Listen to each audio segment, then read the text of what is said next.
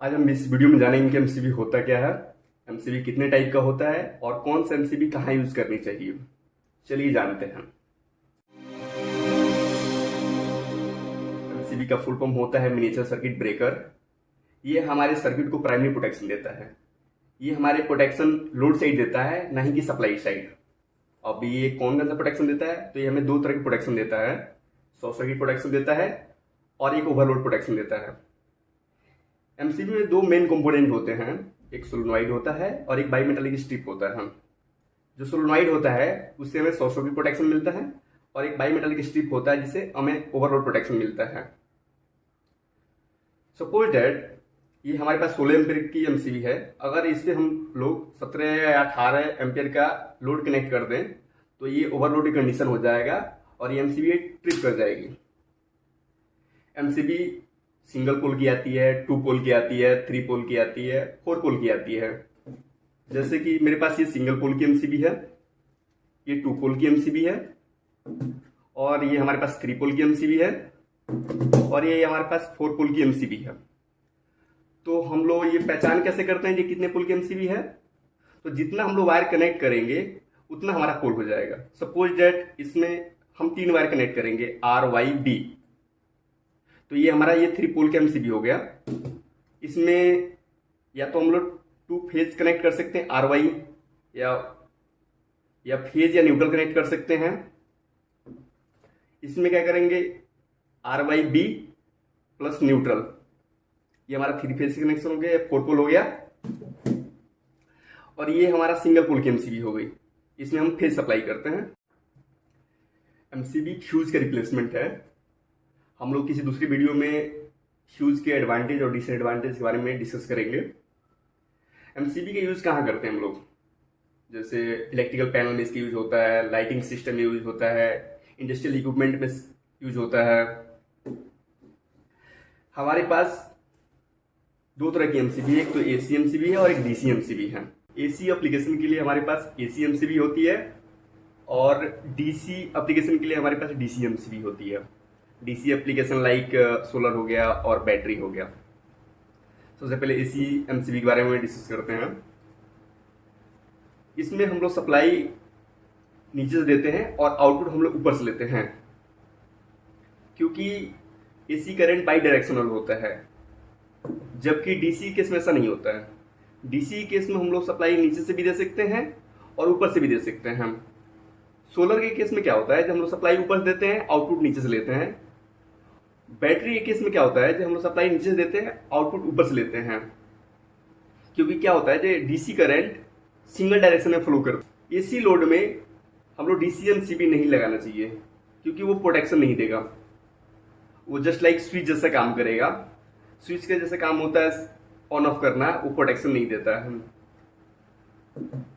DC heavy load में AC MCB use नहीं करना चाहिए, क्योंकि वो एमसीबी ट्रिप तो करेगी बट हाई स्पार्क होगा, जहां शॉर्ट होगा, जिससे आपका इक्विपमेंट जल भी सकता है जब तक आपका एमसीबी ट्रिप होगा। 60 वोल्टेज डीसी के लिए हम लोग एसी एमसीबी यूज कर सकते हैं सिंगल पोल की, और 125 वोल्ट डीसी के लिए हम लोग एसी एमसीबी यूज कर सकते हैं 2 पोल की एमसीबी।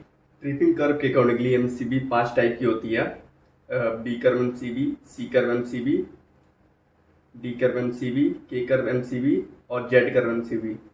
सबसे पहले हम लोग डी कर्व एमसीबी के बारे में जानते हैं।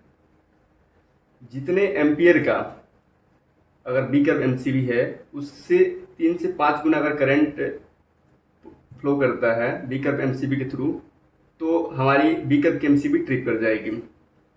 फॉर एग्जांपल हमारे पास ये B63 लिखा हुआ है, ये बी कर्व की एमसीबी है, 63 एम्पियर की 4 पोल की एमसीबी है हमारे पास।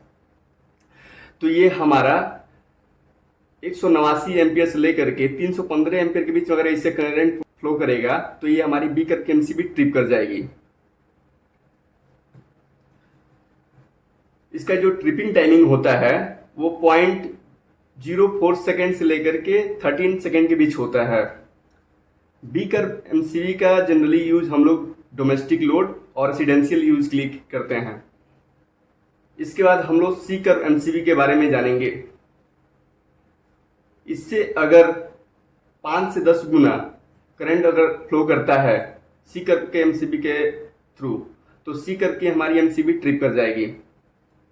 सपोज डेट हमारे पास ये 63 लिखा हुआ है, इसका मतलब होता है सी कर्व की एमसीबी है 63 एम्पियर की, ये 4 पोल की एमसीबी है हमारे पास।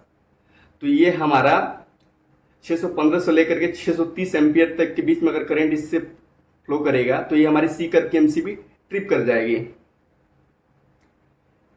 जो इसका ट्रिपिंग टाइमिंग होता है वो 0.04 सेकेंड से लेकर के 5 सेकेंड के बीच होता है। इसका हम लोग यूज इंडस्ट्रियल लोड के लिए करते हैं, जैसे कि स्मॉल मोटर्स, फ्लोरेसेंट लाइट। अगर डोमेस्टिक लोड के लिए बी कर्व की एमसीबी ना मिले तो हम लोग सी कर्व की एमसीबी भी लगा सकते हैं। चलिए जानते हैं डी कर्व एमसीबी के बारे में। ये हमारे पास डी कर्व की एमसीबी है। अगर इससे 10 से 20 गुना अगर करंट फ्लो करता है इसके थ्रू, तो ये हमारी डी कर्व की एमसीबी ट्रिप कर जाएगी। जो इसका ट्रिपिंग टाइमिंग होता है वो 0.04 से लेकर के 3 सेकेंड के बीच होता है। इसका यूज हम लोग हेवी लोड के लिए करते हैं, जैसे कि एक्सरे मशीन हो गया, वेल्डिंग मशीन हो गया, बिग मोटर्स हो गए, यूपीएस सिस्टम हो गया। कभी भी हम लोग डी कर्व एमसीबी का यूज घरों में नहीं करते हैं, क्योंकि ये लीस्ट सेंसिटिव होता है। इसका मतलब ये होता है ये जब तक ट्रिप करेगा तब तक आपके घरों का सारा इक्विपमेंट जल चुका होगा, इसीलिए हम लोग डी कर्व के एमसीबी का यूज हम लोग घरों में नहीं करते हैं। चलिए जानते हैं के कर्व एमसीबी के बारे में। और के कर्व एमसीबी ये होता है जो हमारे 8 से 12 गुना करंट अगर उसे फ्लो करेगा के कर्व एमसीबी के थ्रू, तो हमारी के कर्व एमसीबी ट्रिप कर जाएगी।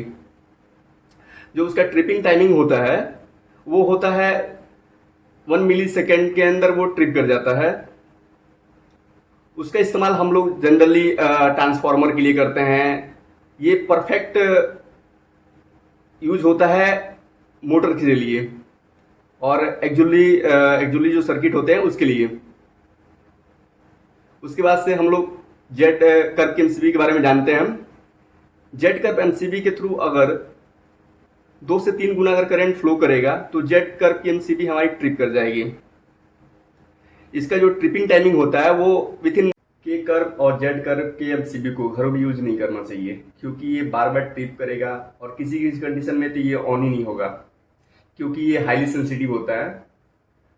नेक्स्ट वीडियो में हम लोग देखेंगे एमसीबी के पैरामीटर के बारे में, एमसीबी पे क्या लिखा होता है और उसका क्या मतलब होता है, एसी एमसीबी और डीसी एमसीबी की पहचान कैसे करते हैं। चलिए नेक्स्ट वीडियो में देखते हैं। Thank you for watching.